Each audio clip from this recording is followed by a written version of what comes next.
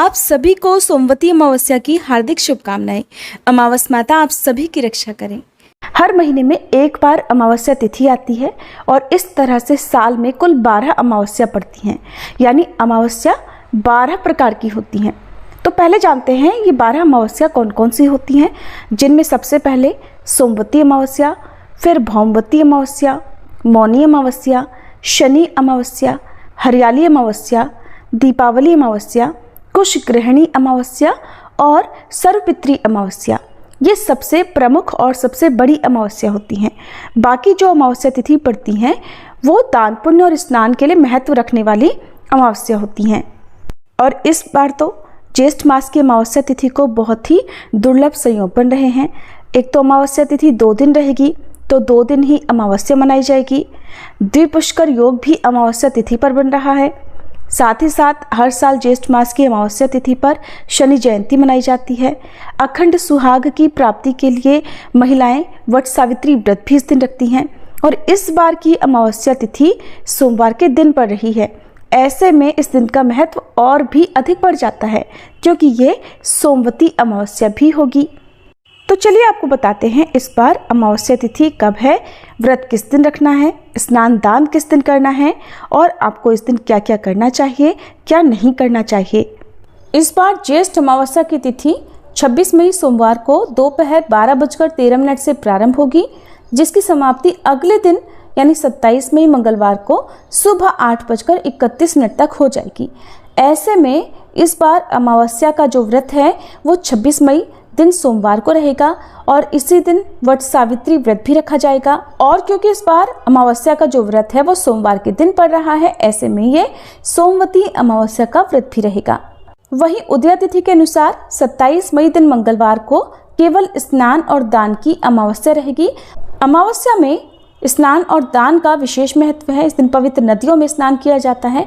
तो उदय तिथि के अनुसार अमावस्या का जो पवित्र स्नान है वो तो 27 मई को किया जाएगा, लेकिन दान आप दोनों ही दिन दे सकते हैं। अब बात करते हैं 26 मई सोमवार के मुहूर्तों के बारे में। तो इस दिन ब्रह्म मुहूर्त सुबह 4:09 से 4:57 तक रहेगा। सूर्योदय होगा सुबह 5:45 पर, सूर्यास्त शाम 7:01 पर। भरणी नक्षत्र सुबह 8:23 तक रहेगा। बाद में कृत्तिका नक्षत्र प्रारंभ हो जाएगा। पितरों के निमित्त श्राद्ध आप कर सकते हैं दोपहर 12:12 से 1:05 के बीच में।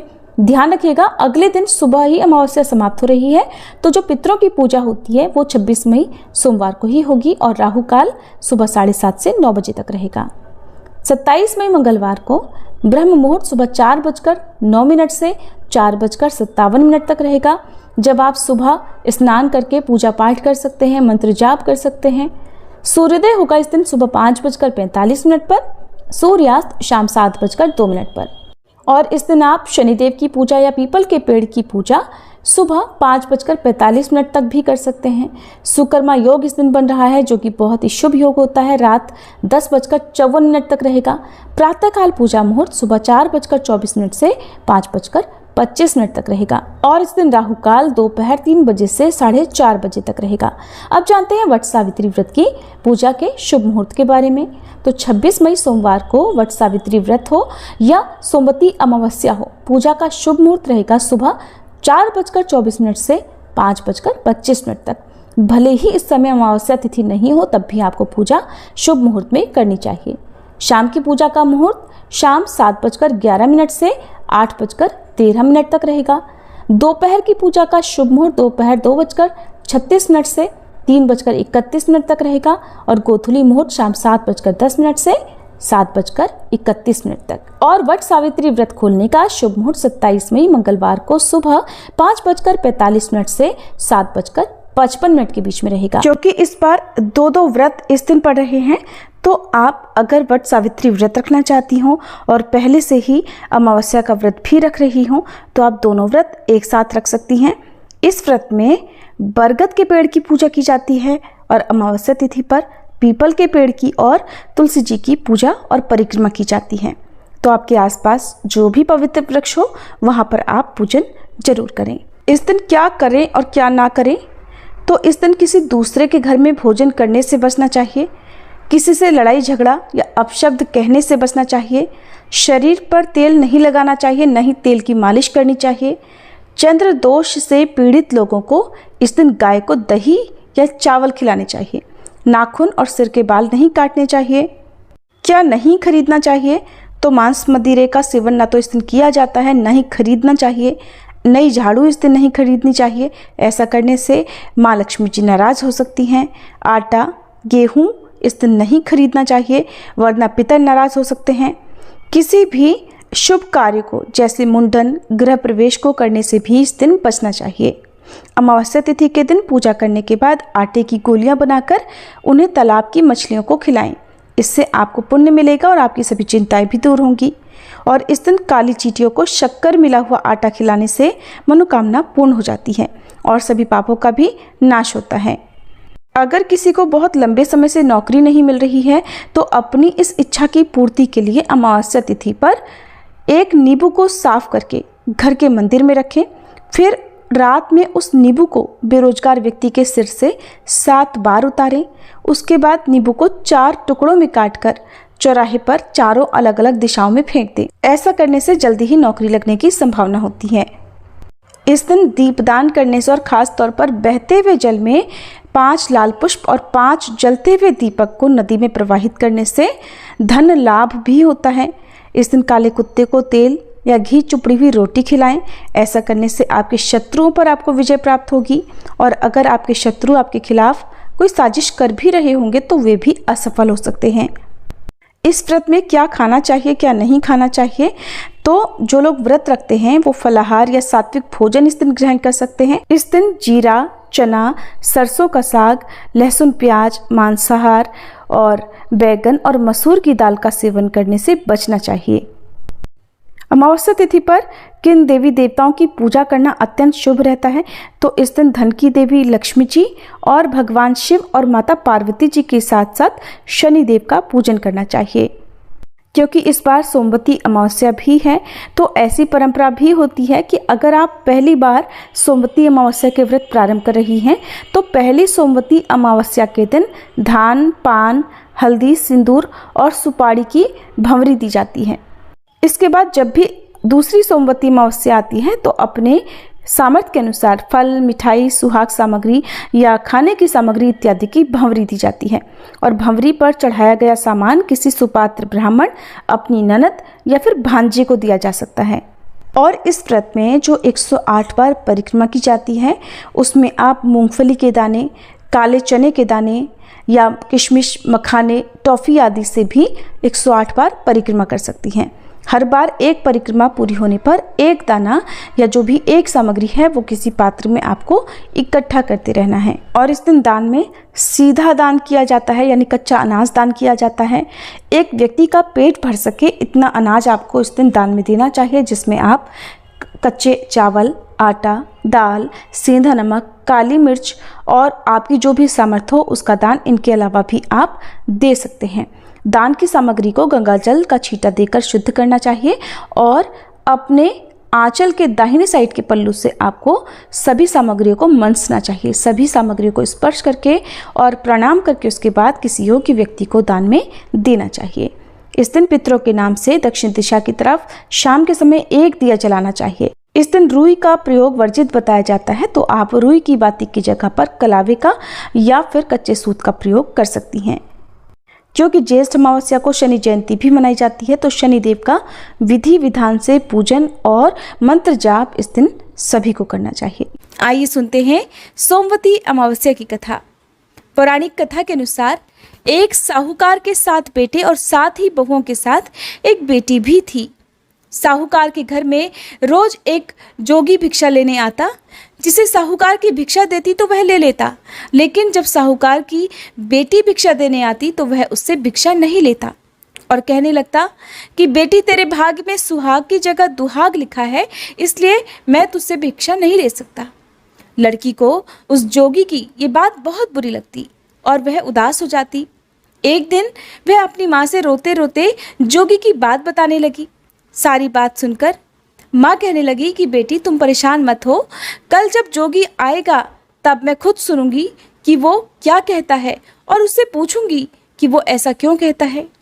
अगले दिन जोगी फिर से भिक्षा लेने आया तो साहूकारनी दरवाजे के पीछे छुपकर बैठ गई और लड़की उसे भिक्षा देने के लिए गई। जैसे ही लड़की ने उसे भिक्षा देना चाहा तो जोगी ने उससे हर दिन की तरह भिक्षा नहीं ली और फिर से वही बात दोहराने लगा कि तेरे भाग्य में सुहाग की बजाय दुहाग लिखा है। सुनते ही लड़की की माँ दरवाजे से बाहर आ गई और कहने लगी कि एक तो हम तुम्हें भिक्षा देते हैं और ऊपर से तुम हमें गालियाँ देते हो। माँ की बात सुनकर जोगी कहने लगा कि मैं गाली नहीं दे रहा हूँ, जो बात सच है वही कह रहा हूँ। तुम्हारी बेटी के भाग्य में जो लिखा है मैं वही सच आपको बता रहा हूँ। सारी बातें सुनने पर लड़की की माँ कहने लगी कि जब तुम्हें सारी बात पता है तो हे महाराज, इससे बचने का कोई तो उपाय होगा, वो भी बताओ। तो जोगी कहने लगा, 7 समुंदर पार एक धोबन रहती है जिसका नाम सोना है। सोना धोबन बहुत ही पति परायण है और वह सोमवती अमावस्या का व्रत रखती है। अगर वह तुम्हारे घर आकर अपने व्रत का फल तुम्हारी लड़की को दे दे तो इसका दुहाग अर्थात वैधव्य टल सकता है, नहीं तो विवाह के समय सांप के काटने से इसके पति की मृत्यु हो जाएगी। सारी बातें और सच्चाई जानकर लड़की की माँ रोने लगी। साहूकारनी को दुखी और उदास देखकर जोगी कहने लगे कि अगर तुम्हारी लड़की सोना धोबन की सेवा करे और उसे प्रसन्न करे तो सोना धोबन तुम्हारी लड़की को अपने व्रत का पुण्य जरूर दान में दे देगी और ये काम खुद तुम्हारी लड़की को करना होगा। उपाय बताकर जोगी महाराज तो वहां से चले गए। उधर साहूकारनी की बेटी सोना धोबन की तलाश में घर से निकल गई। चलते चलते रास्ते में तेज धूप पड़ रही थी, जिससे बचने के लिए वह एक पीपल के वृक्ष के नीचे बैठ गई। उसी पेड़ पर एक घोंसले में गरुड़ के बच्चे थे। बच्चे बहुत छोटे छोटे थे, उड़ नहीं सकते थे। तभी कहीं से एक जहरीला सांप उस पेड़ पर चढ़ने लगा और गरुड़ के बच्चों को खाने के लिए उनकी ओर लपका। लेकिन साहूकारनी की लड़की ने यह सब देख लिया और उसने सांप को मारकर गरुड़ के बच्चों की रक्षा की। थोड़ी ही देर बाद गरुड़नी आई और सब जगह खून देखकर वो साहूकारनी की लड़की को चोंच से मारने लगी। तब लड़की बोली, एक तो मैंने तुम्हारे बच्चे को सांप से बचाया और तुम मुझे ही मार रही हो। सारी बातें जानने पर गरुड़नी कहने लगी कि तुमने मेरे बच्चों की रक्षा की है, इसलिए मांगो जो चाहती हो। तब लड़की गरुड़नी से कहने लगी कि मुझे 7 समुंदर पार सोना धोबन के यहाँ छोड़ दो। तो गरुड़नी ने वैसा ही किया। गरुड़नी रास्ता दिखाती रही और लड़की सोना धोबन के घर पहुंच गई। अब पहुंच तो गई, लेकिन सोचने लगी कि इसे कैसे मनाऊं। सोना धोबन की भी 7 बहुएं थीं, लेकिन घर के काम करने के लिए वे सदा आपस में लड़ती झगड़ती ही रहती थी। रात को जब सब सो जाते तो लड़की आती और चुपके से सारा काम कर उजाला होने से पहले ही चली भी जाती। सारी बहुएं भी आपस में यही सोचने लगी कि जाने कौन सी बहू है जो घर का सारा काम कर देती है, लेकिन एक दूसरे से पूछने की हिम्मत किसी में भी नहीं होती थी। काम करने की बात सोना धोबन ने भी देखी कि आजकल बहुएं आपस में लड़ती झगड़ती भी नहीं है और घर का सारा काम भी हो जाता है। सोना धोबन ने एक दिन बड़े आश्चर्य में भरकर अपनी सारी बहुओं को बुलाया और उनसे पूछने लगी कि आजकल तुम लड़ती झगड़ती भी नहीं हो और घर का सारा काम भी हो जाता है। जरा मुझे भी तो पता चले कि आखिरकार घर का सारा काम करता कौन है। बहुएं सास से झूठ कहने लगी कि लड़ाई करने से क्या फायदा माँ जी, इसलिए हम सब मिलकर घर का सारा काम निपटा लेती हैं। सोना धोबन को अपनी बहुओं की बात पर विश्वास नहीं हुआ, क्योंकि वो जानती थी कि उसकी बहुएं कामचोर हैं और वह रात में जाकर एक दिन स्वयं ही सब कुछ देखना चाहती थी। सोना धोबन जानना चाहती थी कि आखिरकार कोई तो है जो उनके घर का सारा काम करके चला जाता है। तब सोना धोबन एक दिन अपने घर में छुपकर बैठ गई। जब रात हुई तो उसने देखा कि एक लड़की चुपके से घर में घुस रही है। वो देखने लगी और देखते ही देखते उस लड़की ने घर का सारा काम कर दिया। और जब वो जाने की तैयारी में थी, ठीक वैसे ही साहूकारनी उसे पीछे से पकड़कर रोकने लगी और कहने लगी कि तुम कौन हो और क्या चाहती हो, मेरे घर का काम क्यों करके जाती हो। तो लड़की कहने लगी कि पहले तुम वचन दो, और वचन इस बात का कि तुम मेरी सहायता जरूर करोगी। तब सोना धोबन ने उसे वचन दिया। लड़की कहने लगी कि माँ जी, मेरे भाग्य में दुहाग लिखा है। एक जोगी आए थे, उन्होंने मुझे बताया कि तुम्हारे पति की मृत्यु विवाह के समय ही हो जाएगी, लेकिन उन्होंने ये भी बताया कि सोना नाम की धोबन सोमवती अमावस्या का व्रत रखती है। अगर वो अपने व्रत का पुण्य मुझे दान में दे दे तो मेरा दुहाग मिट सकता है। अगर आप मेरे साथ चलकर अपने व्रत का पुण्य मुझे दान में दे दो तो मेरे सुहाग की लंबी उम्र हो जाएगी। सोना धोबन ने तो उस लड़की को वचन दे दिया था, तो वह उस लड़की के साथ चलने के लिए तैयार हो गई। जाते हुए सोना धोबन अपने बेटों और बहुओं से कहने लगी, मैं इस लड़की के साथ इसके घर जा रही हूँ, मुझे इसकी मदद करनी है, लेकिन मेरे पीछे से तुम्हारे पिताजी की यदि मृत्यु हो जाए तो उन्हें तेल के कूपे में डालकर रख देना। क्योंकि सोना धोबन के पति की तबीयत बहुत खराब थी, तो ऐसे में सोना धोबन उस लड़की के साथ उसके घर पहुंच गई। घर जाकर उसने लड़की का विवाह करवाया। तो फेरों के समय सोना धोबन कच्चा करवा, दूध तथा तार लेकर बैठ गई। थोड़ी ही देर बाद वह सांप जो कि उसके पति को डसने आया था वो वहां पर आया और उसने दूल्हे को जैसे ही डसने का प्रयास किया कि सोना धोबन ने करवा आगे कर तार से सांप को बांध दिया और सांप मर गया। अब सोना धोबन ने लड़की को सुहाग दिया और कहने लगी कि जितनी अमावस्याएं मैंने अब तक की हैं उन सभी का फल साहूकार की इस लड़की को मिल जाए। अब आगे मैं जो भी अमावस्या का व्रत करूंगी उसका फल मेरे पति, मेरे बेटों और मेरी बहुओं को मिल जाए। सभी लोग सोमवती अमावस्या की जय जयकार करने लगे और उधर सोना धोबन वापस अपने घर जाने के लिए तैयार हुई तो साहूकारनी कहने लगी कि तुमने मेरे दामाद को जीवन दान दिया है, इसलिए सोना धोबन तुम जो चाहे वो वर मांग लो। सोना धोबन कहने लगी कि मुझे कुछ नहीं चाहिए और वह घर चली गई। रास्ते में चलते हुए फिर से सोमवती अमावस्या का दिन आया तो उसने पीपल के पेड़ के नीचे बैठकर अमावस्या माता की कथा कही, व्रत रखा और पीपल के पेड़ की 108 बार परिक्रमा की। पीपल के पेड़ की पूजा करने के बाद जब वह घर गई तो उसने देखा कि उसका पति मृत पड़ा हुआ था। अब रास्ते में जो सोमवती अमावस्या का व्रत उसने किया था उसका फल अपने पति को दे दिया, जिसके प्रभाव से उसका पति पुनः जीवित हो गया। सब कहने लगे कि तुमने ऐसा क्या किया कि जो तुम्हारा पति जिंदा हो गया। तो सोना धोबन ने उन्हें बताया कि मैंने तो ऐसा कुछ नहीं किया, बस रास्ते में सोमवती अमावस्या पड़ गई थी तो उसका व्रत मैंने सच्चे मन से कह लिया। मैंने व्रत की कथा कही और पीपल के वृक्ष की 108 बार परिक्रमा की। इस प्रकार मेरे पति को पुनर्जीवन मिल गया। अब सारी नगरी में ये ढिंडोरा पिटवा दिया गया कि हर कोई सोमवती अमावस्या करेगा, पूजा करेगा, व्रत रखेगा, कहानी कहेगा और पीपल के वृक्ष की 108 बार परिक्रमा करेगा। हे सोमवती अमावस्या, जैसे आपने साहूकार की बेटी के सुहाग की रक्षा की, वैसे ही इस कथा को कहने, सुनने और हुंकारा भरने वाली सभी सुहागिन महिलाओं के सुहाग की रक्षा करना। प्रेम से बोलिए अमावस माता की जय। ये थी सोमवती अमावस्या की व्रत कथा। मित्रों, आशा करता हूँ कि यह धार्मिक शिक्षाप्रद कथा आप लोगों को अवश्य पसंद आई होगी। अगर आप लोगों को यह कथा पसंद आई हो तो इस कथा को लाइक करें और अधिक से अधिक लोगों को शेयर भी करें, जिससे कि वे भी इस शिक्षाप्रद उत्तम कथा को सुनकर अपने जीवन को सुखी एवं सामर्थ्य बना सकें। मित्रों, अगर अभी तक आप लोगों ने हमारे चैनल को सब्सक्राइब नहीं किया है तो तुरंत सब्सक्राइब कर लें, जिससे कि नोटिफिकेशन के माध्यम से आप लोगों को हमारे नए नए वीडियोज़, शिक्षाप्रद कथाएँ तुरंत प्राप्त हो सके और आप उसको सुन करके अपने जीवन को सुखी बना सकें। तो कल फिर किसी नए धार्मिक कथा को लेकर के आप लोगों के समक्ष फिर से प्रस्तुत होंगे। तब तक के लिए राम राम।